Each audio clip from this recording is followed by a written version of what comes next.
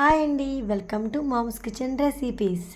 Quality రెసిపీలో fish biryani అయితే చూపించబోతున్నానండి. ముక్క విరగకుండా చక్కగా పర్ఫెక్ట్గా నీచు వాసన అనేది ఏమీ లేకుండా ఉండేలాగా బిర్యానీ ఇలా ప్రిపేర్ చేసుకోండి, చాలా బాగుంటుంది. ముందుగా స్టవ్ ఆన్ చేసుకొని ప్యాన్ పెట్టుకొని ప్యాన్ హీట్ అయిన తర్వాత శుభ్రంగా ఒక 2-3 సార్లు వాటర్లో ఉప్పు వేసుకొని చక్కగా క్లీన్ చేసి తీసుకున్న చేప ముక్కలు అయితే వేసుకోవాలండి. చేప ముక్కలు వేసుకున్నాం కదా, ఇప్పుడు ఉప్పు, అలానే 1/2 టేబుల్ స్పూన్ వరకు పసుపు, అలానే 2 టేబుల్ స్పూన్ల వరకు కారం అయితే యాడ్ చేసుకోవాలి. జీలకర్ర మెంతులు వేయించి పొడి చేసుకున్న జీలకర్ర మెంతుల పొడి అయితే 1/2 టేబుల్ స్పూన్ వరకు యాడ్ చేయాలి. అలానే మసాలా పౌడర్ కూడా 1/2 టేబుల్ స్పూన్ వరకు అయితే వేసుకోవాలండి. చేప ముక్కలు ఒక్కొక్కటిగా ఈ విధంగా టర్న్ చేసుకొని మంటనైతే మీడియం ఫ్లేమ్లో కానీ హై ఫ్లేమ్లో కానీ అడ్జస్ట్ చేసుకొని ఫ్రై చేసుకోవాలండి. ఇక్కడ మనము చేప ముక్క అనేది చాలా క్రిస్పీగా అయ్యేంత వరకు ఫ్రై చేసుకోవాలి. అప్పుడే మనం బిర్యానీలోకి వేసుకునేటప్పుడు చేప అనేది విరగకుండా పర్ఫెక్ట్గా కుదురుతుంది. ఇక్కడ బిర్యానీ ప్రిపేర్ చేయడం కోసం బాస్మతి రైస్ని అయితే తీసుకుంటున్నానండి.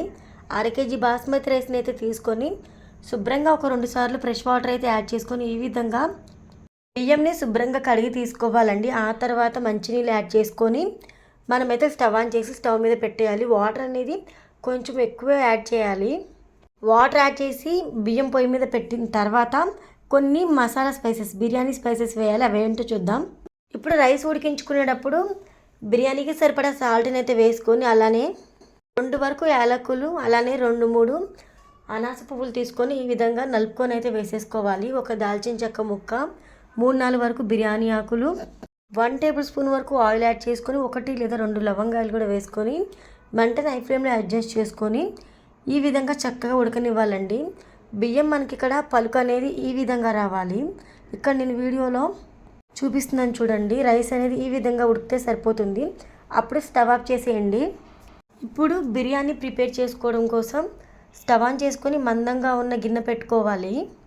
2 టేబుల్ స్పూన్ వరకు ఆయిల్ అయితే యాడ్ చేసుకోవాలి. 1 టేబుల్ స్పూన్ వరకు అయితే నెయ్యి అయితే యాడ్ చేసుకోవాలి. ఆయిల్ కాగి నెయ్యి కరిగిన తర్వాత 2 లేదా 3 అనాస పువ్వులు తీసుకొని క్రష్ చేసుకొని వేసుకోవాలి. 2 లవంగాలు, 2 యాలకులు కూడా వేసేసుకోవాలి. నేను ఇక్కడ 4 వేసాను ఫ్లేవర్ కోసం. మీరు కావాలనుకుంటే 2 వేసుకున్నా సరిపోతుంది.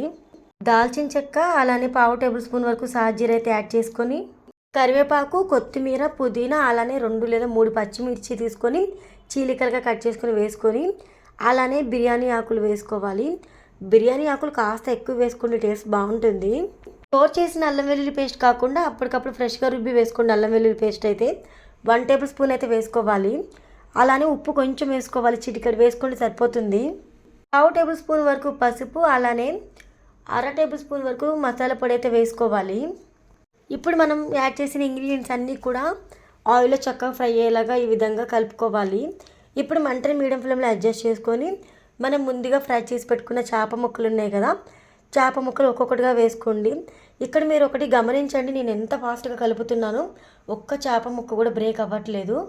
ఎందుకంటే ఆల్రెడీ మనం క్రిస్పీగా ఫ్రై చేసుకున్నాం కాబట్టి బ్రేక్ అయ్యే ఛాన్స్ అస్సలు ఉండదండి. ముందుగా ఉడికించి పెట్టిన బాస్మతి రైస్ని కూడా యాడ్ చేసుకోవాలి. వాటర్ని చక్కగా స్ట్రైన్ చేసుకోండి. స్ట్రైనర్తో స్ట్రైన్ చేసుకొని ఈ విధంగా అయితే రైస్ అయితే వేసేసుకోవాలి. రైస్ అంతా కంప్లీట్గా వేసేసుకున్న తర్వాత పైన కొంచెం కొత్తిమీర, పుదీనా అయితే యాడ్ చేసుకొని ఒక 1 టేబుల్ స్పూన్ వరకు నెయ్యి అయితే యాడ్ చేసుకోండి. నెయ్యి ఫ్లేవర్ అంత నచ్చకపోతే స్కిప్ చేసేయండి. కాకపోతే నెయ్యి వేసుకుంటే టేస్ట్ అనేది సూపర్ ఉంటుంది. ఇప్పుడు మూత పెట్టేసి మంటని మీడియం ఫ్లేమ్లో అడ్జస్ట్ చేసుకొని మూత అస్సలు తీయకుండా 10 నిమిషాల వరకు దమ్ చేసుకోండి. ఆ తర్వాత ఒక్కసారి చూస్తే ఎంతో యమ్మీగా చాలా టేస్టీగా fish fry piece biryani ready అయిపోతుంది. మరి నేను చేసిన బిర్యానీ రెసిపీ మీకు నచ్చిందా? అదేనండి, ఫిష్ బిర్యానీ మీకు నచ్చిందా? నచ్చితే వీడియోకి లైక్ ఇవ్వండి.